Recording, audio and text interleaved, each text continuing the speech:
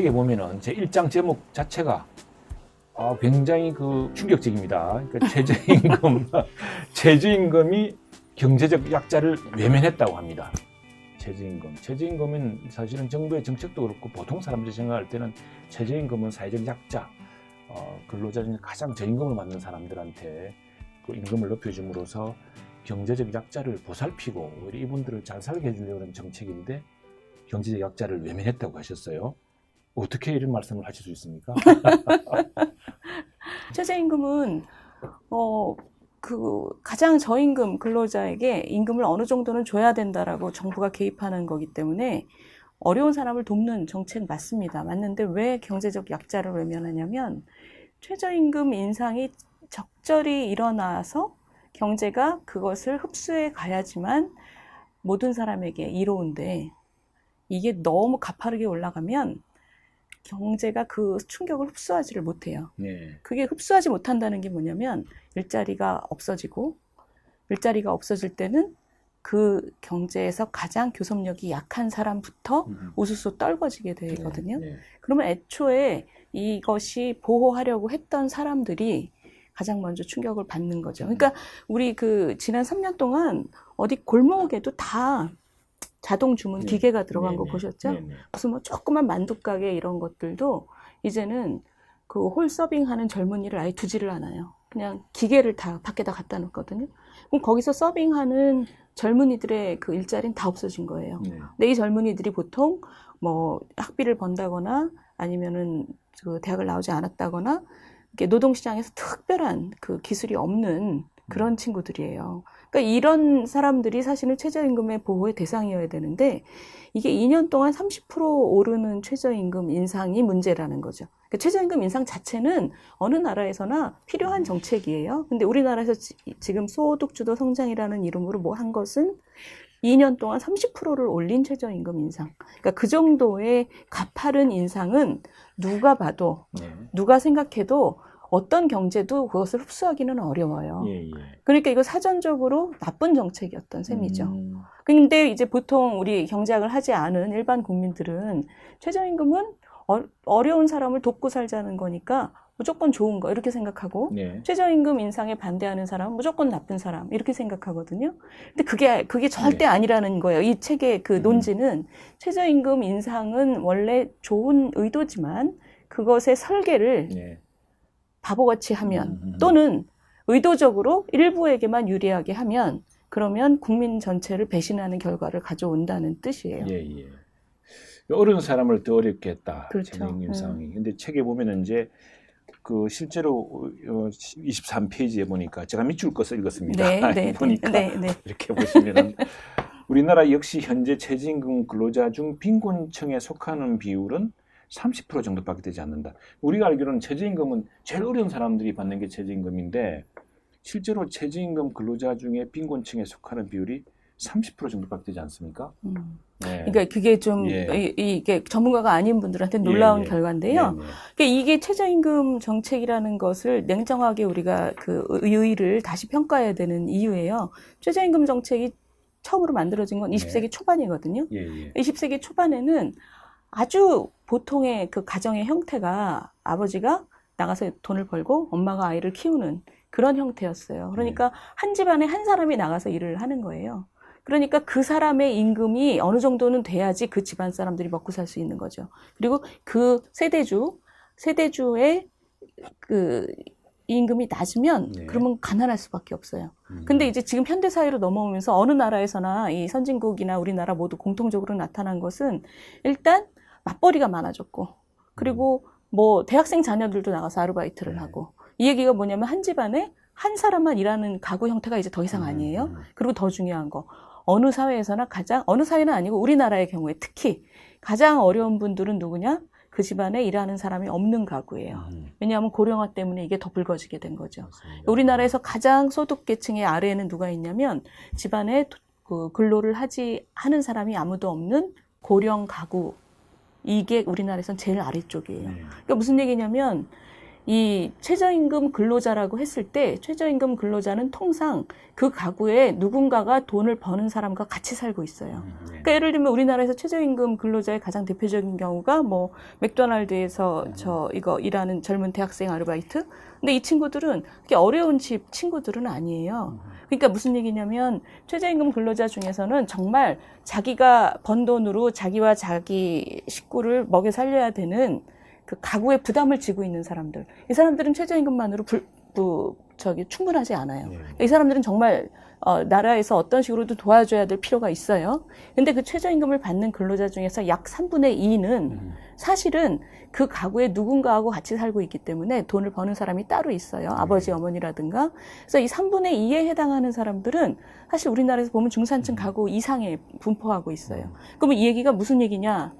최저임금 근로자라고 해서 무조건 무리를 해서까지 지원을 하는 것은 그렇죠. 효율성이 떨어지는 거죠. 타겟이 필요한 거예요. 이 중에서도. 맞습니다. 그래서 이게 최저임금 정책에서 사실은 아까 뭐 고용을 줄이느냐 마느냐 이 문제보다 최저임금을 통해서 누구를 도와야 하느냐의 문제가 그 타겟팅 문제거든요. 이게 가장 중요한 문제예요. 사실은.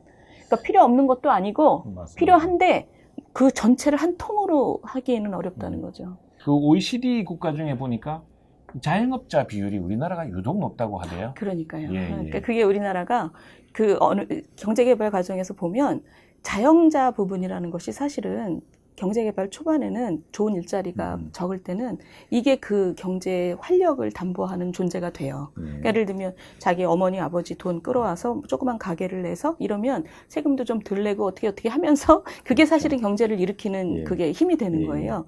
그래서 비공식 부분이라고 하는 이 부분이 굉장히 넓어요. 우리나라는 근데 이게 발전 과정에서 이게 좀 줄어들질 않았어요. 여러 가지 경제 발전 과정에서의 특징 때문이지만 지금 우리나라가 한 700만 자영자를 얘기하거든요. 굉장히 높은 거예요. OECD에서 한 두 번째, 세 번째 그 정도 될 거예요. 그러니까 이 우리나라에서는 자영자 비중이 굉장히 높고 그리고 이게 뭐 유럽의 나라들보다는 자영자들이 더 저생산성이에요. 그래서 이분들이 어려운 사람들이에요. 그러니까 뭐 우리가 생각하는 프랑스의 무슨 치즈가게 아저씨 이거하고 좀 다른 거죠. 그러니까 이 우리나라 자영자들은 좀 더 뭐랄까 어려운 계층이 많아요. 그러니까 이번에 최저임금이 올랐을 때 사실은 경제학자들도 아주 그 정확하게 예측을 못한 부분이 바로 이 부분이에요.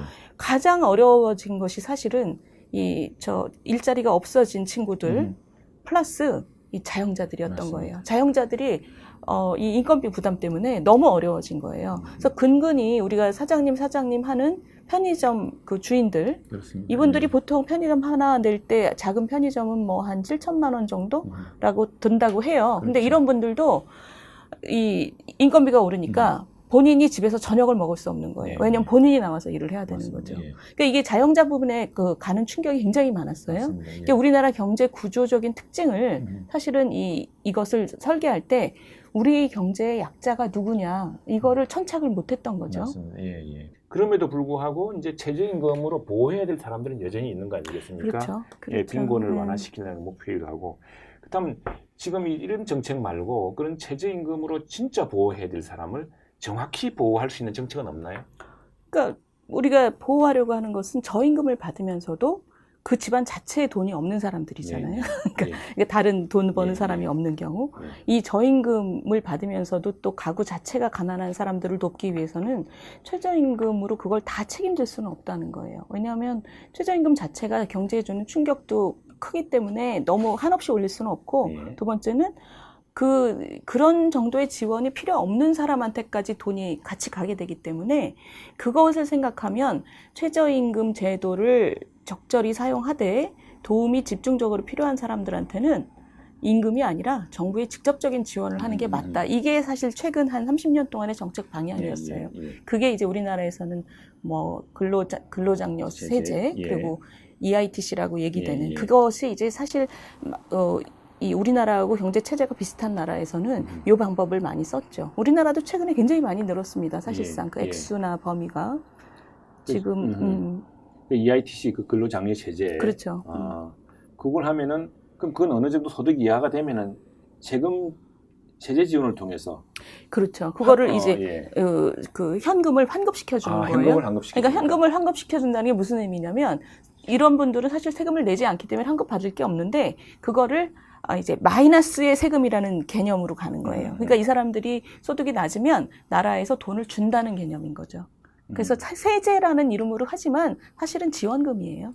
지원금을 주는. 예. 네네. 그런 방식으로 정확하게 오히려 최저임금으로 보호해야 될 사람들 보호해주자. 보니까 전 또 우리나라 최저임금이 우린 늘 이야기할 때 우리 OECD 평균 수준보다 많이 떨어진다 이렇게 했는데 여기 보니까 이미 2017년에 우리나라 최저임금은 중위임금의 56%여서 어지간한 OECD 선진국보다 높은 수준이었다고 하네요. 책에 지금. 그리고 박근혜 정부 동안에도 7 내지 8%의 높은 인상률을 꾸준히 유지해왔기 때문에 그래서 전체 평균 임금보다 최저임금이 계속 이제 올라왔던 셈입니다. 그죠? 예, 그리고 그렇죠. 근데 이게 재밌는 게 뭐냐면 박근혜 정부 시작할 때 이 목표를 어떻게 잡았냐면 OECD 평균 수준으로 가겠다라고 목표를 잡은 거예요. 그게 이제 중위 소득 대비 한 50%? 그렇게 했는데 이거를 조기 달성했어요. 조기 달성하니까 더 이상 할 말이 없잖아요. 이거를 높여야 된다고 주장하시는 분들은. 그러니까 갑자기 이게 뭐가 나왔냐면 10,000원은 돼야 된다. 갈비탕 한 그릇에 10,000원인데 어떻게 그것도 시급으로 안 주냐 그러면서 10,000원이라는 그 최저임금 10,000원이라는 표어가 정치적으로 들어온 거예요. 근데 뭐 그걸 정치적으로 얘기하는 건 괜찮은데 문제는 뭐냐면 이게 대통령 선거를 지나면서 대통령 캠프, 각 캠프에 이게 그대로 직결된 거죠. 그리고는 두 번째 실수는 선거가 끝난 다음이면 그러면 선거 때 했던 얘기를 사실은 정책적인 관점에서 이게 별 부작용이 없는지를 판단해서 좀 속도 조절을 했어야 되는데 그걸 안 한 거죠. 그래서 첫 해에 16.4%를 올린 게 사실 그런 맥락에서 들어온 거예요. 그러니까 이제 정치적인 얘기를 정책으로 만드는 과정에서 아무런 여과 없이 이렇게 하는 구조 자체가 좀 문제가 많았던 거죠. 그 당시에. 실제로 또 최저임금이 이제 보면 이게 그 비공식 부문이라 그래서 여기 나와 있죠. 보면 최저임금이 법정을 정해도 실제로 최저임금을 지킬 수 없는 최저임금을 지킬 수 없는 그런 업종들이 또 있죠. 그런 게 현실이 많고 그게 이제 최저임금의 미준수율이라는 지표가 있네요. 보니까. 네, 맞아요. 2018년 현재 이 최저임금 미준수율이 15.5%, 대부분 10인 미만 근로자를 고용한 영세사업장입니다. 근데 이제 최저임금은 200만 명이 넘는 이미 노조가 잘 조직화되어 있어서 상당 부분 급여를 높이 받고 있는 이 부분들이 오히려 혜택을 보고 10인 미만의 근로자를 고용한 영세사업장은 이 높은 법을 지키려고 하면 문을 닫아야 되는 상황이어서 지킬 수가 없고 그래서 최저임금을 준수하지 못하는 시장에서 그런 상황이 생기는데 그런 것들을 지금 법으로 다 강제하기는 어렵다. 이분들이 뭐 특히 현재 숙박, 음식업 같은 경우는 미준수율이 40%가 넘는다고 해요. 근데 이게 집계가 되네 이런 것들이요? 조사를 하는 거죠. 조사를 하는 거죠. 이 조사를 업으로 하는 기관이 있습니다. 그래서 조사를 하면 미준수율이 40%가 이게 무슨 뜻일까 한번 생각을 해보시면 그 산업의 생산성 자체가 너무 낮아서 최저임금 수준하고 점점 괴리가 되고 있는 거예요. 그러니까 제도하고 실제하고 점점 멀어지고 있는 거죠. 그러니까 이 얘기는 뭐냐면 우리 국민들이 최저임금 그러면 어려운 사람은 서로 도와야죠. 이렇게 너무 착하게들 말씀하시지만 사실상 이 가장 어려운 분들은 이 제도의 바깥에 위치하고 있다는 얘기예요. 그리고 이거를 더 가파르게 올리면 이 부분이 더 늘어나요. 왜냐하면 배째라의 사업자가 많아지거든요. 내가 당장 죽게 생겼는데 과태료 물리면 물려라 이렇게 되는 거거든요. 그러니까 이걸 가파르게 올리면 제도 바깥의 영역이 점점 더 넓어지는 거죠. 제도로부터 소외되는 사람들. 최저임금 문제, 최저임금이 왜 경제적 약자를 외면하고 어려운 사람을 더 어렵게 만들었는가 하는 그 구조를 한번 쭉 살펴보았습니다. 이 책에서 아주 잘 지적되어 있기 때문에 이 문답으로 충분히 이해 안 되시는 분은 책을 보면 잘 이해가 됩니다. 이제 다음 문제는 주 52시간제입니다. 주 52시간제 역시 미래 세대를 세우는 21세기 플랫폼 싱크탱크 경제사회연구원. 이분 왜 이렇게